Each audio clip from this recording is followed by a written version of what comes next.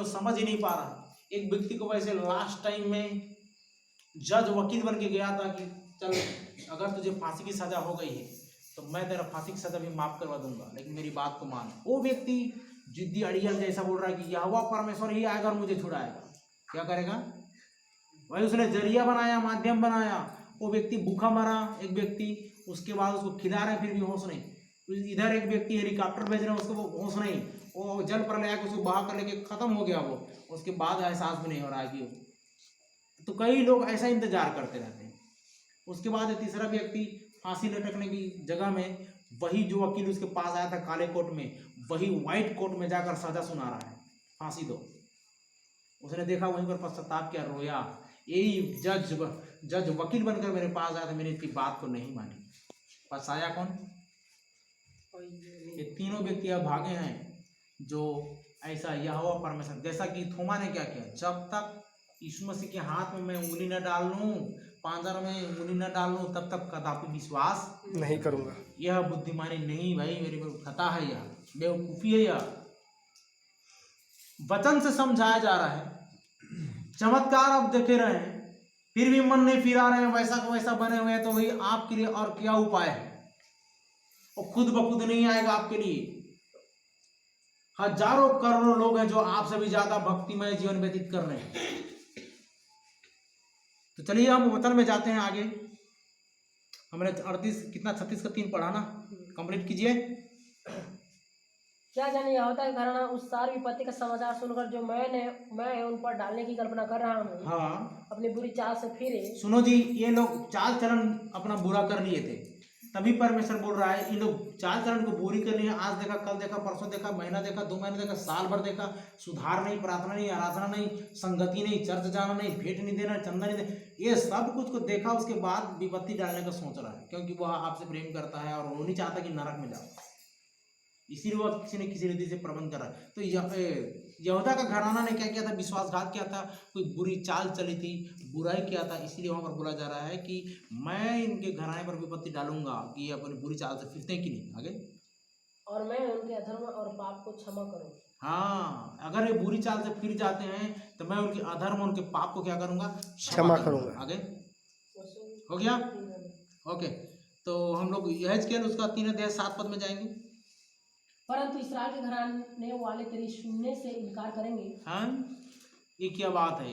जब यहेजकेल नबी को परमेश्वर ने खड़ा किया तो बोलता है कि इस्राएल के घराना तेरी सुनने से क्या करेगा? इनकार करेंगे। इनकार करेंगे। मेरी भी सुनने से इनकार करते वो हैं। मेरी भी सुनने से इनकार करते हैं, तो तेरी कैसे सुनेंगे? आगे, क्योंकि इस्राएल का सारा घराना ढीठ और कठोर मन का है। अरे ऐसा घराना नहीं होना चाहिए,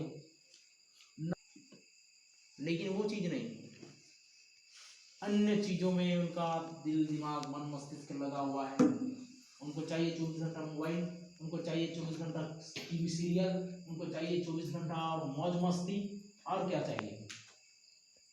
उन्हीं में अपनी आंखों की अभिलाषा के अनुसार चल रहे हैं, मनमानी कर रहे हैं, अपनी दृष्टि के अनुसार तो चल लिखा हुआ है, ठीक है, लेकिन याद रखना समुपदेशक क्या बोलता है? हे जवान, अपने जवानी में आनंद कर, सुख से रह, लेकिन इन सब बातों के विषय में यहोवा परमेश्वर तेरा क्या करेगा? न्याय करेगा। कितना आपने टीवी देखा, वहां पर पिक्चर दिखा देगा आपको। इतना घंटा तूने टीवी देखा, इतना घंटा तूने मोबाइल छेड़ा, इतना घंटा तूने व्हाट्सएप चैटिंग किया, इतना मिनट तूने क्या किया? आपका देखो 24 घंटा को जिसने बनाया, क्या आपके 24 घंटा का 1 मिनट भी नहीं जानता हूँ? जानता है कि नहीं जानता?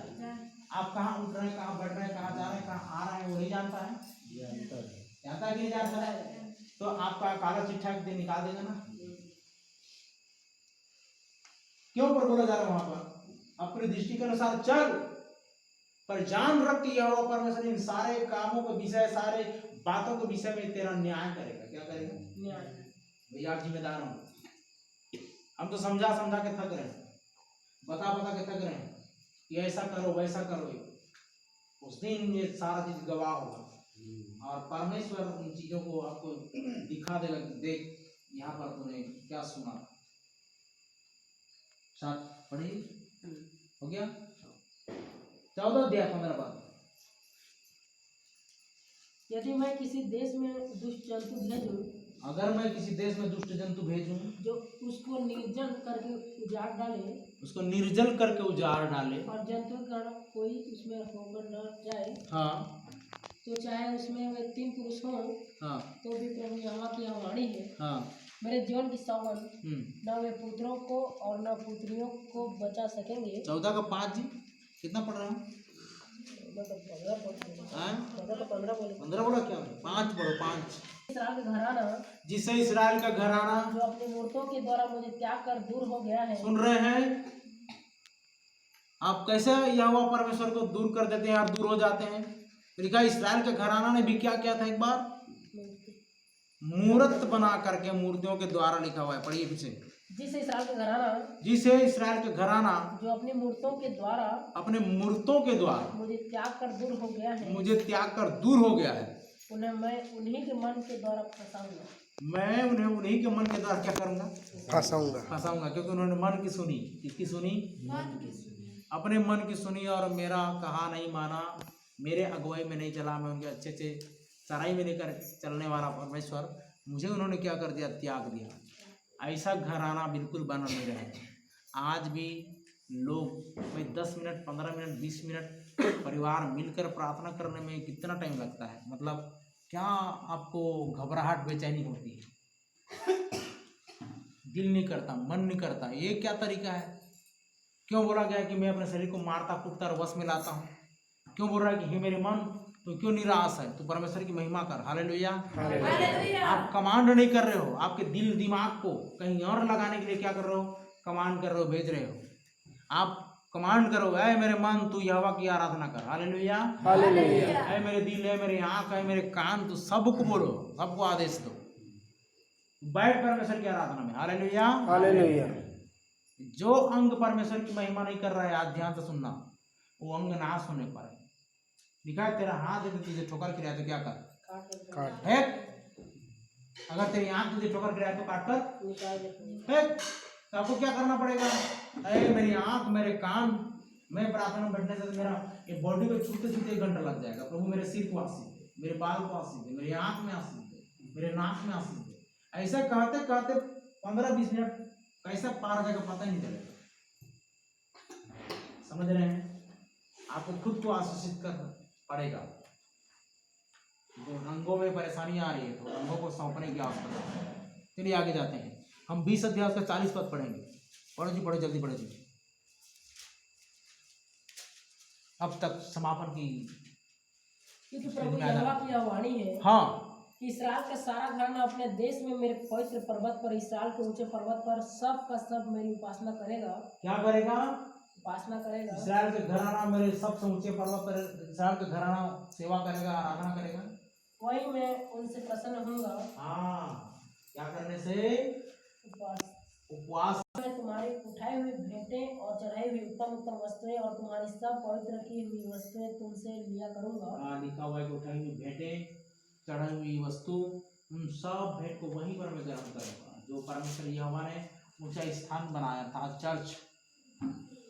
आगे 40 हो गया, ठीक है, तो समझ में आ गया क्या बोल रहा है? वहीं पर मैं ग्रहण करूंगा, वहीं पर। इसलिए आपको मिलकर आने की आवश्यकता है।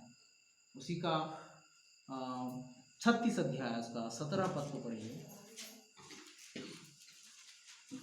हे मनुष्य के संतान, हे मनुष्य के संतान, जब इसराइल का घराना अपने देश में रहता था, इसराइल के घराना अपने देश में रहता था, तब अपने चाल चलन और कामों के द्वारा वे उसको अशुद्ध करते थे। अरे क्या के द्वारा? अपने कामों के द्वारा, अपनी चाल चलन और काम काज के द्वारा उसको क्या करते थे? अशुद्ध करते थे। लिखा हुआ है, पवित्र नहीं करते थे, अशुद्ध करते थे। क्यों?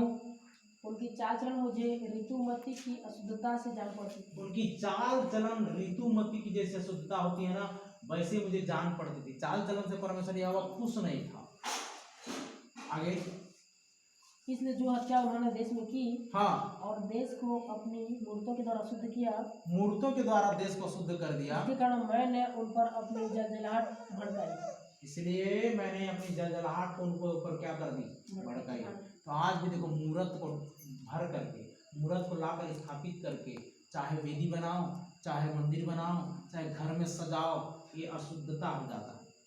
परमेश्वर यहोवा को त्यागना हो जाता है। परमेश्वर यहोवा के पीछे चलना छोड़कर उसको विमुख रहना हो जाता है।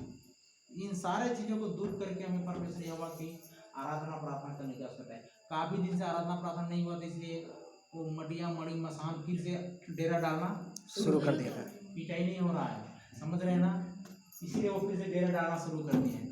तो होता क्या है, हम आत्मिक रूप से जैसे कमजोर होंगे, मैंने क्या बताया हूँ कि जैसा आप आत्मिक जगत को ध्यान देंगे तो आत्मिक जगत प्रबल होगा, और सांसारिक जगत को अगर ध्यान देते हैं तो सांसारिक जगत आपके ऊपर प्रबल होगा। दो बातें हो सकती है।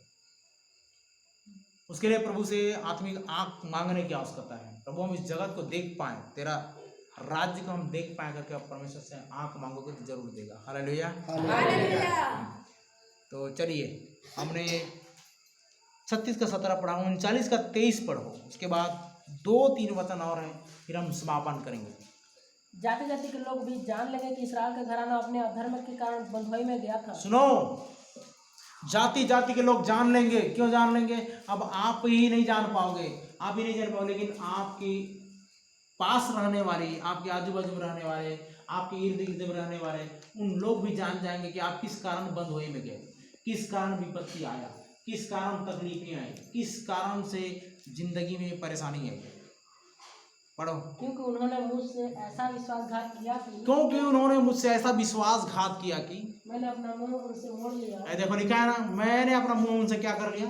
मोड़ लिया। मतलब क्या होगा? पीठ फेर दिया। यहोवा परमेश्वर आपके लाइफ में, आपके घराने में, आपके परिवार में अगर वो पीठ फेर दे तो उनसे अब आगार कोई नहीं हो सकता। इसीलिए परमेश्वर के सम्मुख चलिए। बहुत लोग प्रार्थना कराते हैं, पुनः उन चीज़ों को प्राप्त करते हैं, क्या बोलते हैं, गवाही देते हैं कि जैसे हमने प्रभु के बेटे से प्रार्थना करवाया, हमें फिर से प्रार्थना करने का क्या आ गया? जोश जुनून जज्बा आ गया, फिर से हम 2 घंटा 2 घंटा प्रार्थना कर रहे हैं। क्यों? परमेश्वर ने तैयार किया है, प्रार्थना सुनकर उनको रिफिल कर देता है, भर देता है।